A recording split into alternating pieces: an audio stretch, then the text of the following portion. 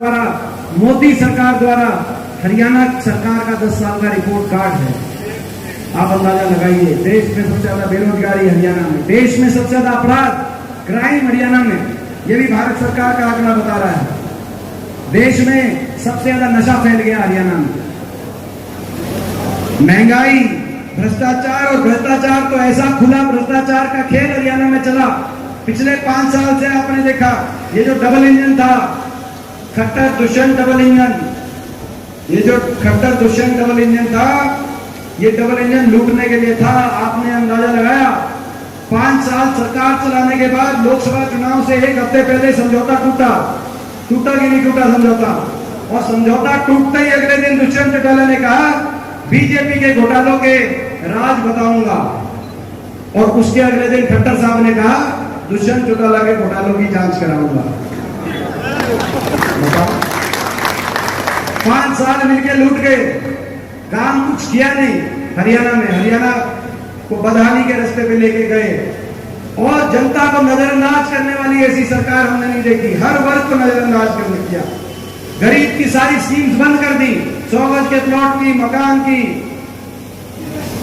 Ration depot पे जितना मिलता था, दाल, चीनी, तेल, उसमें कटौती कर दी 10 साल तक। गरीब की सारी स्कीम्स बंद कर दी सरकार ने।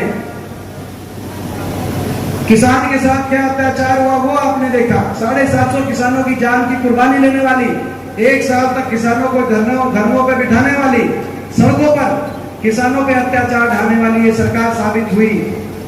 कर्मचारियों पे लाठीचार्ज, सरपंच जिताए थे आपने।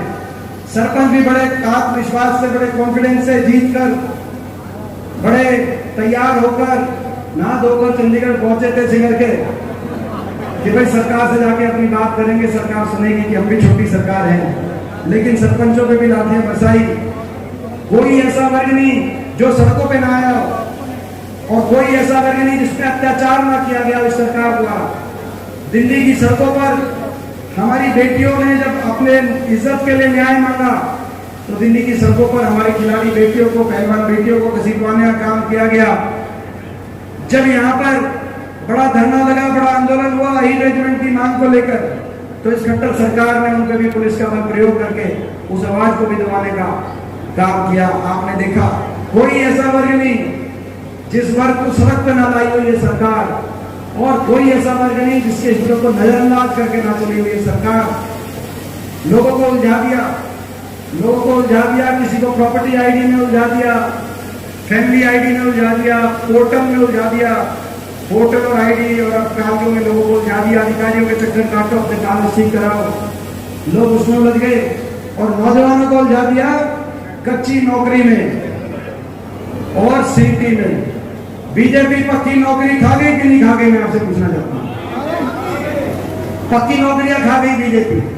हरियाणा में 2 लाख सरकारी पद या तो समाप्त कर दिए गए या खाली पड़े, और 1.5 लाख सरकारी पद कच्ची नौकरी, कौशल निगम के माध्यम से बिना रिजर्वेशन, बिना पेंशन, केवल 1.5 लाख पदों में कच्ची भर्ती, बिना मेरिट के बैकडोर से आरएसएस की जो चिट्ठी लाएगा भर्ती हो जाएगा।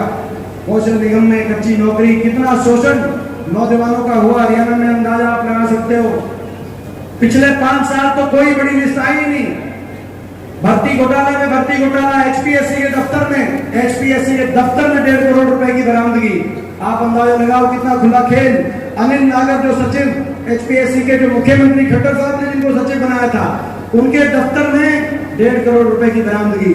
वो तो एक लिस्ट रुक गई उस बरामदगी की वजह से, मगर कितनी लिस्ट निकल गई होंगी। तो दफ्तर में खुलेआम ले रहे थे, घरों पे जो ले रहे होंगे उसका अंदाजा आप लगा सकते हो। 5 साल तक कोई बड़ी लिस्ट नहीं आई। जो छोटी मोटी लिस्ट आई, ग्रुप ए बी की, क्लास 1 क्लास 2 की, उसमें हरियाणा से ज्यादा हरियाणा के बाहर के बच्चे लगे। यहां तक कि HCS में, असिस्टेंट प्रोफेसर में, SDO में हरियाणा से ज्यादा हरियाणा के बाहर के बच्चों का नंबर हरियाणा में लगा। और बाकी लिस्ट तो आई नहीं। बाकी नौजवानों को तो सीटी में उलझा दिया, और फिर कह दिया पेपर लीक, भर्ती घोटाले, पेपर लीक घोटाले, और फिर कह दिया, और पेपर लीक ऐसा बीजेपी का नया नारा दे दिया हरियाणा में, जो करेगा पूरा खर्चा उसको आउट करा देंगे पर्चा। पर्चे आउट हुए, भर्ती हुई, भर्ती। और उसके बाद आपने देखा इनको तारीख पे तारीख मिली, आपने देखा तारीख पे तारीख। सनी देओल की एक पिक्चर थी तामिनी, बचपन में हमने देखी थी, तो भाई उस पिक्चर था, उसमें जो बात बोली थी वो नौजवानों के साथ हुआ। खट्टर साहब ने कहा कि मैं 60,000 को ज्वाइनिंग कराऊंगा, फिर खट्टर साहब हट गए, फिर आए नायब सिंह जी, इन्होंने कहा मैं ज्वाइन कराऊंगा, फिर आया अगर लोकसभा चुनाव आ गया, लोकसभा के बाद ज्वाइन कराएंगे, फिर विधानसभा चुनाव आ गया, बोला विधानसभा के बाद कराएंगे। अब आप क्या कराओगे, अब तो अगली सरकार कराएगी। मगर नौजवानों को मिली तारीख पे तारीख, तारीख पे तारीख, तारीख पे तारीख।